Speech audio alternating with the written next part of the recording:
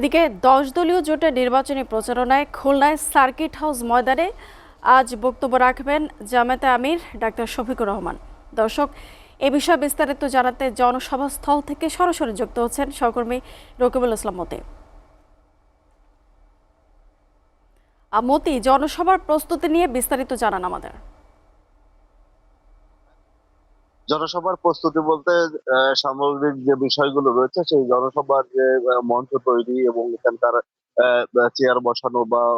মহিলাদের জন্য যে আলাদা ব্যবস্থা করা সেই সবগুলো কিন্তু ইতিমধ্যে সম্পন্ন হয়েছে এবং সকাল থেকে কিন্তু জেলার বিভিন্ন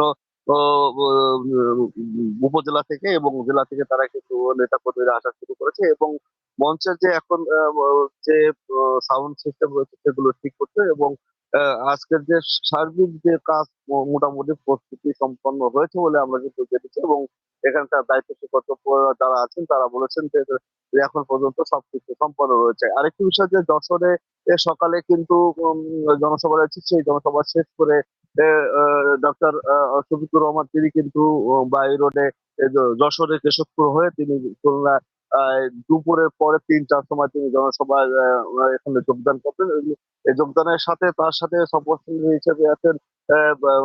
বাংলাদেশ জামাত ইসলামের সেক্রেটারি জেনারেল মিয়া গোলাম পরার উনি থাকবেন এবং জামাত ইসলামের কেন্দ্রীয় ছাত্র শিবিরের সভাপতি নুরুল ইসলাম সাদ্দাম সাহেব উনি থাকবেন এবং এই খুলনার যে ৬টি আসন রয়েছে ৬টি আসনের যে জামাত ইসলাম সমর্থিত ১০ দলীয় জোটের যে সমস্ত প্রার্থী রয়েছে তারাও কিন্তু এই সমাবেশ জনসভায় আজকে উপস্থিত থাকবেন এবং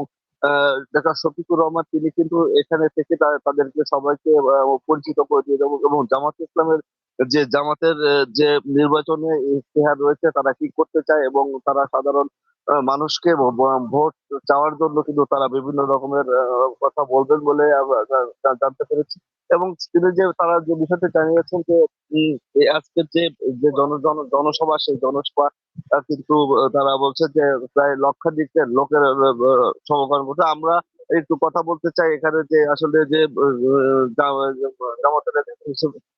পেশাজীবী সংগঠনের এক নেতা রয়েছেন যে তিনি আসলে এই যে আজকের যে জনসভা সেই জনসভায় আপনার কেমন লোক হবে এবং আশা করছেন বলে আমরা ধরে নিচ্ছি যে মাঠে ২ লক্ষের অধিক হবে। এছাড়া সারা খুলনাতেই মোটামুটি ভাবে রাস্তাঘাট, এদিকে ডাক বাংলা, ওদিকে জেলা স্কুল বলেন, এদিকে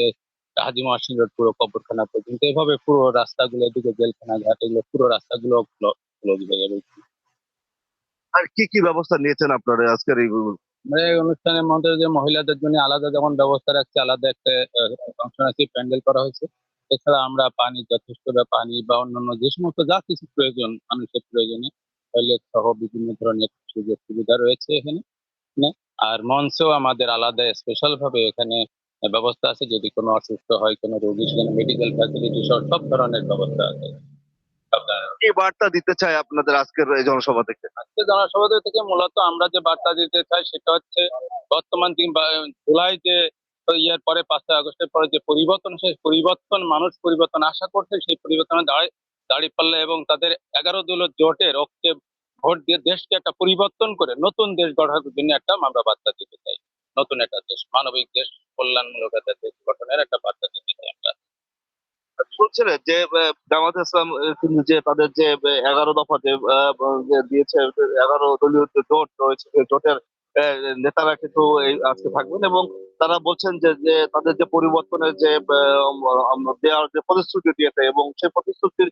বিষয়টি কিন্তু তারা উল্লেখ করবে এবং আজকে ডক্টর শফিকুর রহমান কিন্তু এই অঞ্চলের মানুষের যারা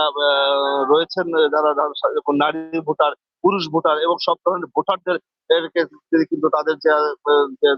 ইশতেহার গুলো রয়েছেন তিনি কিন্তু এই জনসভার মাধ্যমে কিন্তু বোঝাবেন বলে জানা যাচ্ছে এবং জনসভায়